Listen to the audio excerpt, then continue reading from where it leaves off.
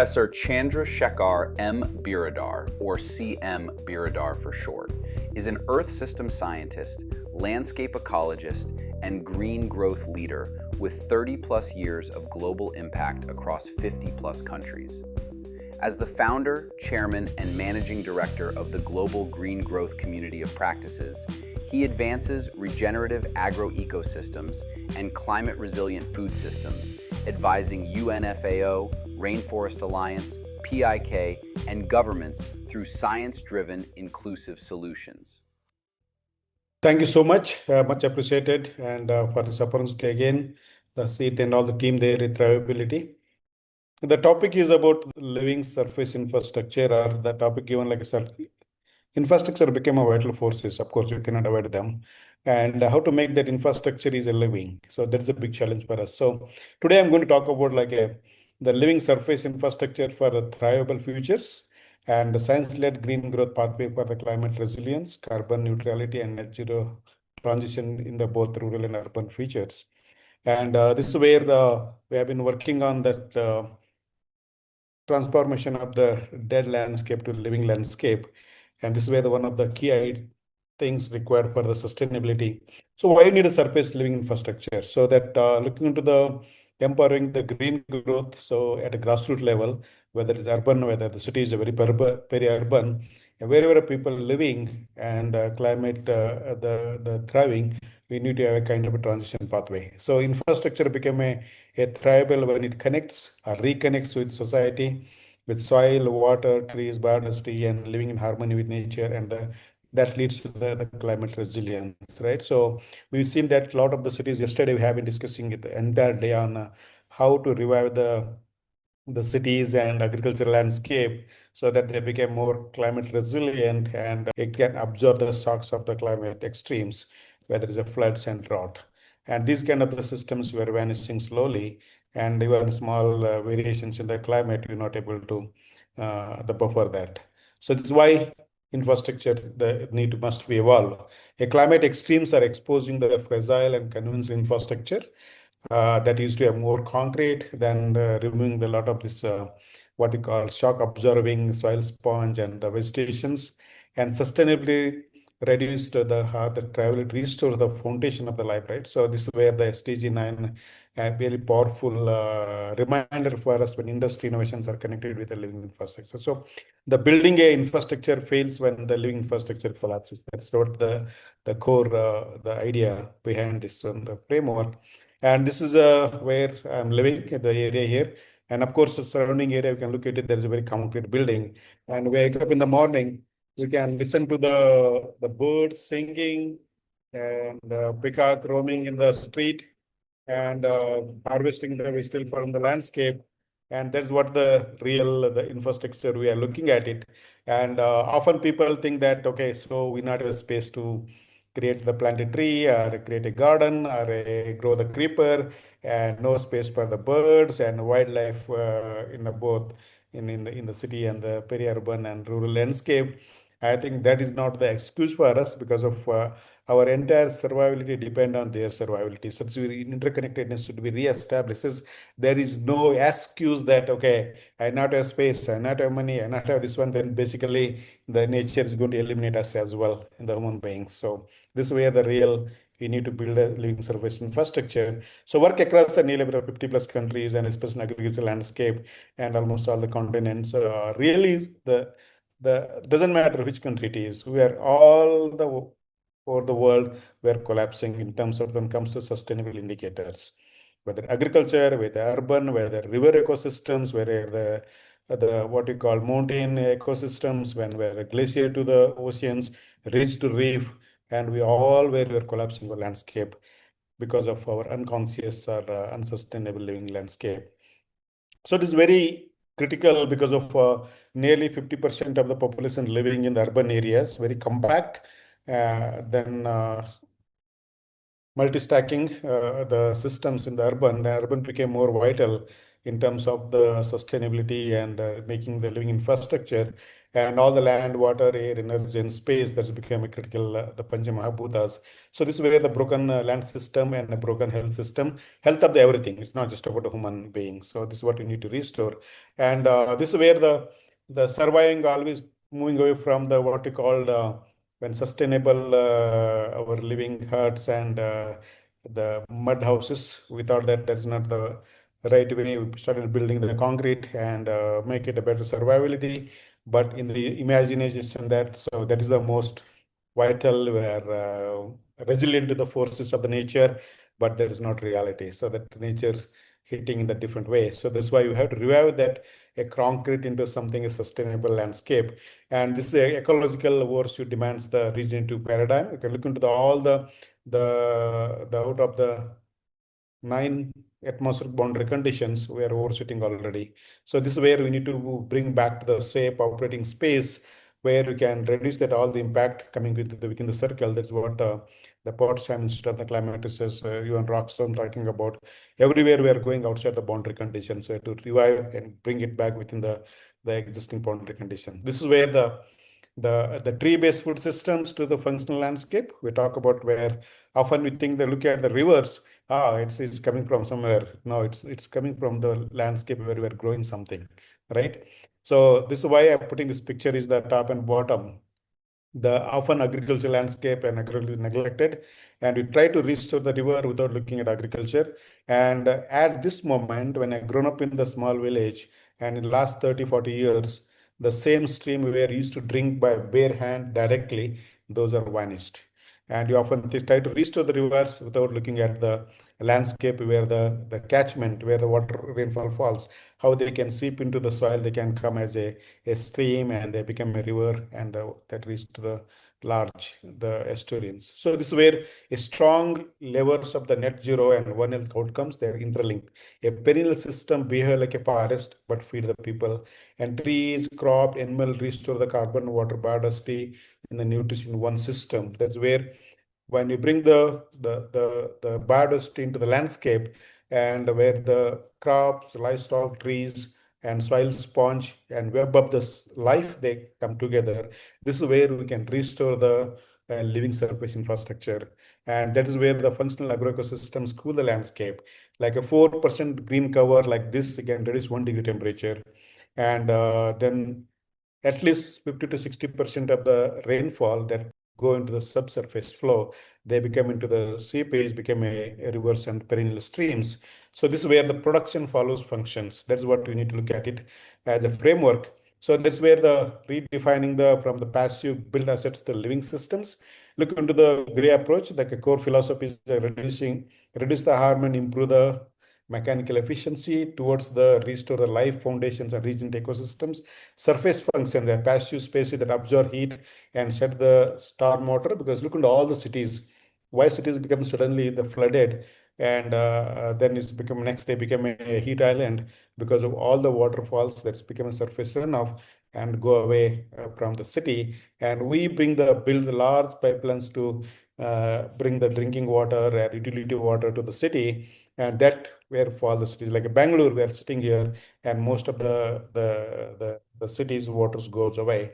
This is where you need to bring the kind of a productive spaces that cools, filters, feed, infiltrate, so that the water, we're extracting too much of the water, groundwater, but you're not infiltrating. That's need to be done. That the economic, environmental mitigations viewed as a operational cost, but like a tree in the next to the road, we always assume that okay, this is the cost of removing or cleaning that leaves every day, but you're not looking at the ecological aspect is contributing in terms of the cooling, clearing the air, and the cleaning the air and reducing temperature and providing the habitat in the system, so that where small cost of the operations looking at the cost of the big ecological functions, we are removing it. So this is what you need to look into the designing the cities and retain the existing tree structures and design the scope like isolated engineering of the roads and buildings and digital networks we call often as a smart cities, but without the living smartness, ecological living is not there. The systematic integration of the soil, water, biodiversity, community stewardship, trees and landscape and blossoms that need to be bring together to revive. So this is where the look into the cities like Delhi or Bangalore or Mumbai or Cairo, or any of the like in Mexico, so any city you can take it, we have this is the very common sites. But can you revive them into the kind of a trees you can bring in the systematically? Often we say that planting a tree may destroy the wall, but takes several years to we come to that level. But it serves so much of that. We can always rebuild the tree, the wall around the trees, but we cannot reconstruct the mission we lost in terms of the green growth. This is where we are working on like LSIM, living surface infrastructure missions. And we know that cities are really become a heat trapping island and using the lot of the air conditions, and air conditioning leads to even more heat because of inside heat, they throw it out. And that leads to the further the requirement of the heating and cooling cost in the cities. And this is where we saw the vegetations, living surfaces, whether it's the vertical walls, or the rooftop, is the gardens and the curbs, wherever possible, where the movement is not happening on those landscape, we can turn them into a green space. So this really reductions in in terms of I'm going to say that what records were based on the existing framework. So this is one like we designed the existing, taking the a picture from the drone, and then we just in AI try to see that wherever we can put the green space in the where in the surfaces. So that's really, really interesting. I hope that city can move in these transitions so that we can reduce the air pollutions and reduce the heat and cooling impact, and reduce the energy use in the both heating and cooling. And also this they grow some food in the rooftop and balcony gardens, and also the overall improve the health and boost the biodiversity in the cities. I think this is what I called a living surface infrastructures. In fact, so we have given a very big proposal to the Lake government. I hope that they'll take it positively. They can move forward a transfer urban solution to living climate, air, energy, health infrastructure, and we have huge opportunity to bring that. Just planting a tree is not going to help. It's every citizen responsibilities. Often we design the something into the wall. They said that we not have space in the very narrow street. We design the container that can you can stick to the wall, and there's holes in the container. They can creepers come out, some vegetable creeping, then they can grow into the roof so that it can reducing the heat and cooling effect. So that kind of things need to bring in. But of course, there is a quite a bit of citizen expressed me that oh, if we bring the green, they can snakes come and birds come, then critters come and butterfly come, and this has become a real concern for me.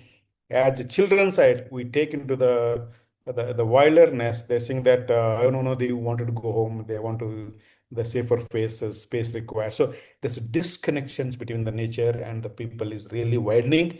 And when small honeybee enters into their window, like we have the bee boxes outside, and our kids are very used to they play with bee and they take it outside, leave it, but not the case with most of the children. So that they're afraid of that when the bee colonize in your balcony or in high building, immediately they call the 911 or the pest control people to get burned and removed that. So this is where we are really creating the killing the surface infrastructure everywhere possible.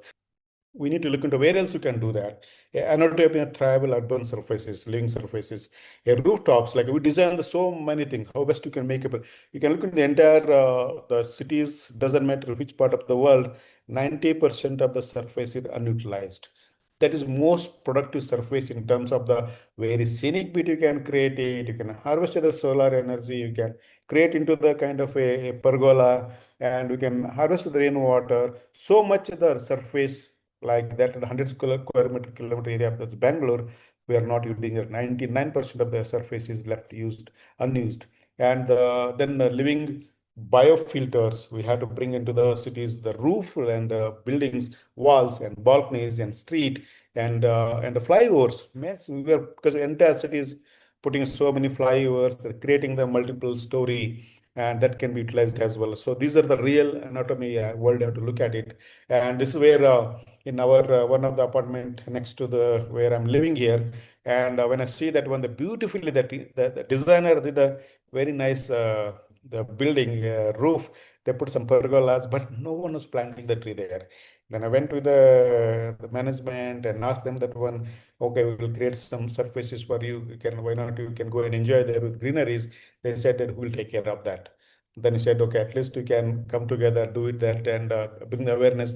Highly educated people, they think that so it is a headache for them to be creating the greens, but they're not looking at the how much advantage they bring it. Sitting in the bare, the ground there, no one is going in the row because of nothing is there, and but sitting like creating this kind of the vegetations.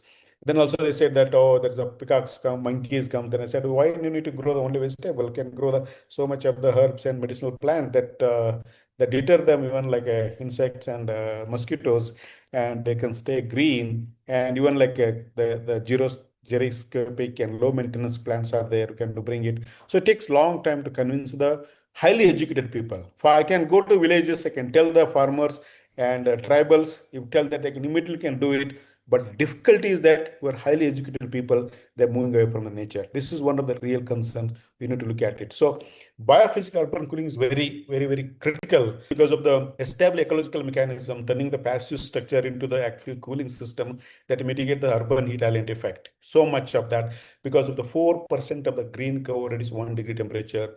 And look into the entire world struggling for the 2 degrees. Just bring the 16% of the city's green cover, we can observe the most of the climate impact happening there. So this is where the thermal insulations, living insulations, and the leaf and how that absorb the heat into turn into the latent heat flux. That's where the cooling and transpirations and create a very atmospheric the living condition, make a city livable. So this is exactly like a one city like this. We can putting about someone in the rooftop garden about a 70 by 25 square feet garden and see how much can be done at the simple like a one size of the roof of the building and two bedroom or a duplex building, and this much of the space people are not utilizing it. So this is what I designed for the one of the 25 to 75 square feet area. So people when they come back in the evening from the office and they take a cup of the tea and book and they can sit down there, I can read, and they take care of the vegetables. So of course there is solution for everything. Someone tell that okay, the monkey may come, the pickup come, can always put the nets to deter them. Let them eat whatever they can eat. That is okay. But we are always the solutions to make a space like this rather than this, just creating like this space. That cities is become more cooler. The space is more cooler, and it's great atmosphere. Absorb the heat, all kinds of pollution in terms of whether air, whether the sound, whether light. It's become a living space. I think this is what everyone must should be looking at it. So impact is very high. Looking to the climate, energy, health, and it is basically when you bring it to that kind of a living infrastructure, support 20% global building, electricity, passive surface into direct economic and then energy security, and 1 to 2 degree reduction in the urban heat island intensity in priority zones, where you can put a lot of the green energy roof and surfaces, and 15 to 30% reduction in the summer cooling energy demand for the well-designed roof tops. Look into the even whether in the temperate climate, whether it's the France or in Germany or in that. So there's also still we are feeling the heat in the summer and also in the spring as well. And this is what you need to do is kind of a plant is kind of a natural absorbance of the weather, more heat or less heat. And also the winter heating demands because of the chemical insulations and there is local pollutions exposed or design the site. So this much of the benefits we're just creating there. We're spending so much of the money in air conditions and air filters, cleaning the city, all that have done, just diverting 10% of that, we can create these wonders. And also I see that one is in a as in most of the cities in the world, and especially in India, we are putting the very big statue in the center of the circles or what you call roundabout, and then we are removing the trees there. And now I see that this summer, and the city kind of helping the people to that traffic junctions. They're putting a simon of the plastic net shade so that the traffic junctions people they can at least they won't feel the heat, but real solution is not that like a temporary nets and putting the big statues.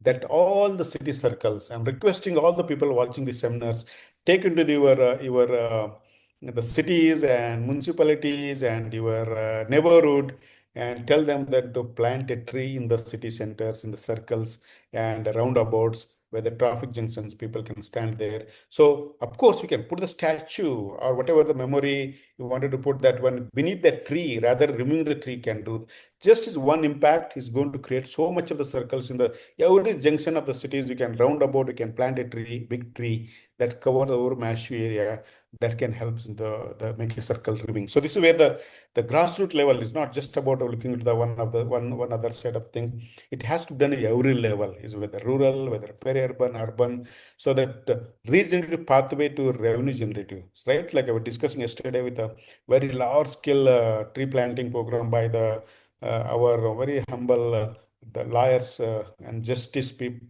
They come together, Karnataka case, let's say, they are designing that, okay, why not we plant 50 million trees in the wherever the landscape required. I think that's very, very first of its kind of initiative. And this is where they're bring into the very systematic, the planting, climate resilience, build the locally, when communities are equipped with the knowledge and market access, because just creating the a food forest and the sake of the planting a tree is not going to help in my always on thinking how much that can return back. Just planting a timber tree, someone can harvest, can get it, but after a long time, but intermediate what they can do it. So they will design something like a revenue generation as well.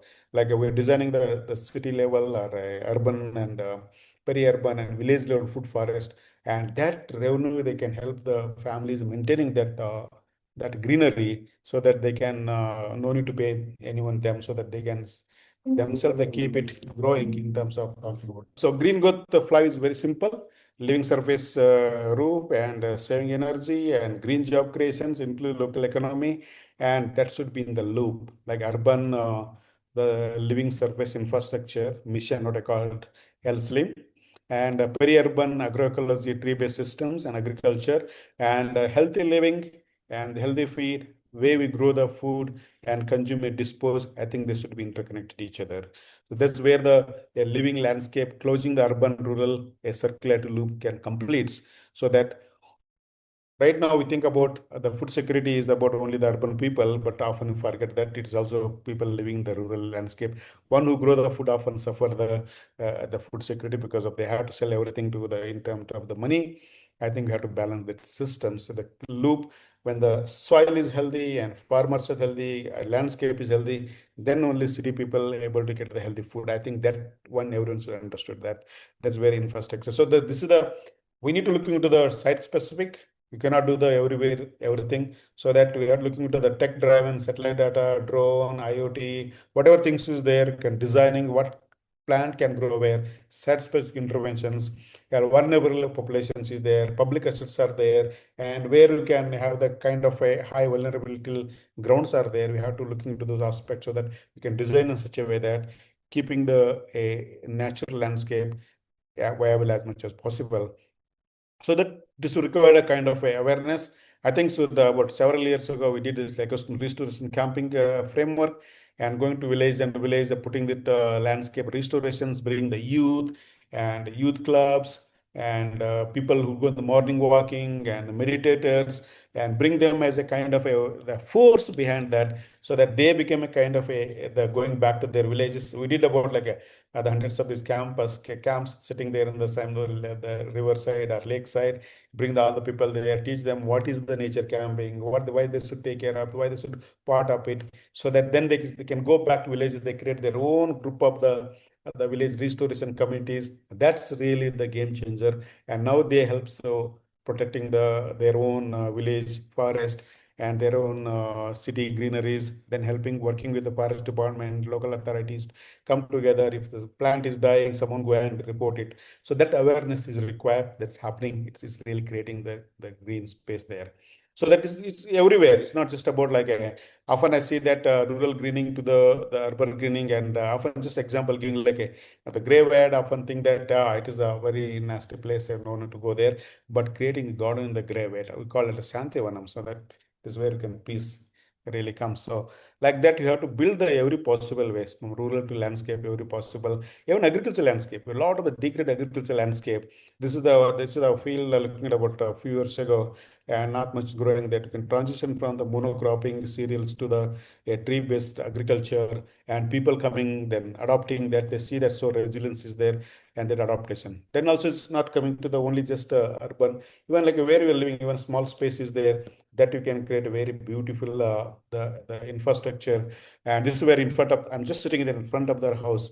So the peacocks come in the morning, and even small spaces, not much, like a 6, 7, 8 feet, but we are stacked our planting, creeper, herbs, and useful plants, and every possible way. That is actually my desk where I can use do most of my work when they were working from the home. And these kind of things you need to create. So space is not a limitations, only mindset is the limitations. So we have to change that. I can do anywhere. People often think that, okay, it's planting a garden is headache, so I need to do something else.